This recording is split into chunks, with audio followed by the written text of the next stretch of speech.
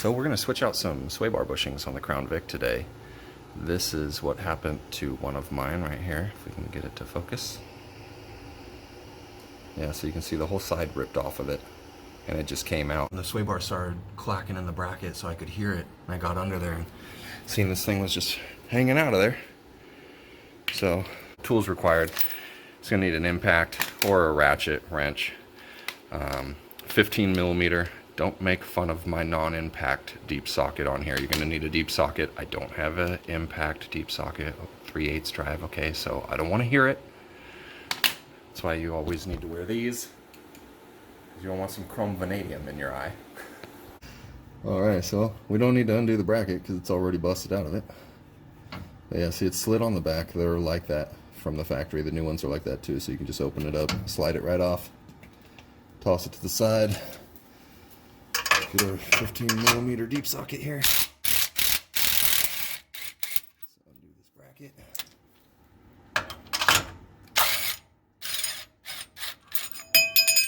There's that. You don't need to be concerned which side is which. It's not labeled. There's no left, there's no right, there's no front, no back. It's the same both ways. It's just a basic U.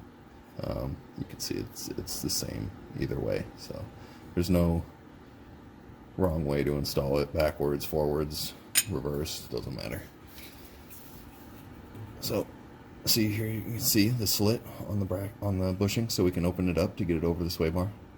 This is the new one.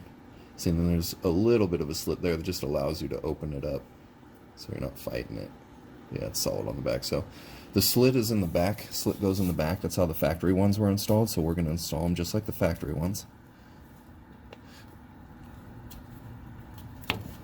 And I don't have the sway bar disconnected from the other side yet, so it won't fall down. It'll kind of help me hold it there, so I just do one side at a time. So there, that side's up in there, and you can see right here, actually let me move this back, you can see over here on the sway bar there's actually a metal rib that's welded to it that your bushing will stop against. So you just push it up to that, just push it against that, and then we'll slide our bracket back over the bushing. Make sure we get it over the studs, and the studs are in this little tab right here, and this moves around. So if you need to move the bolt around a little bit to get it in your bracket, you can do so.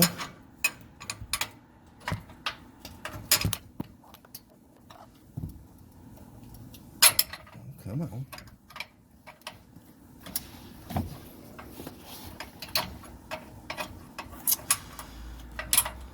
Just because we're on video, this one wants to give me a run for my money. There we go. There we go. 12 seconds later.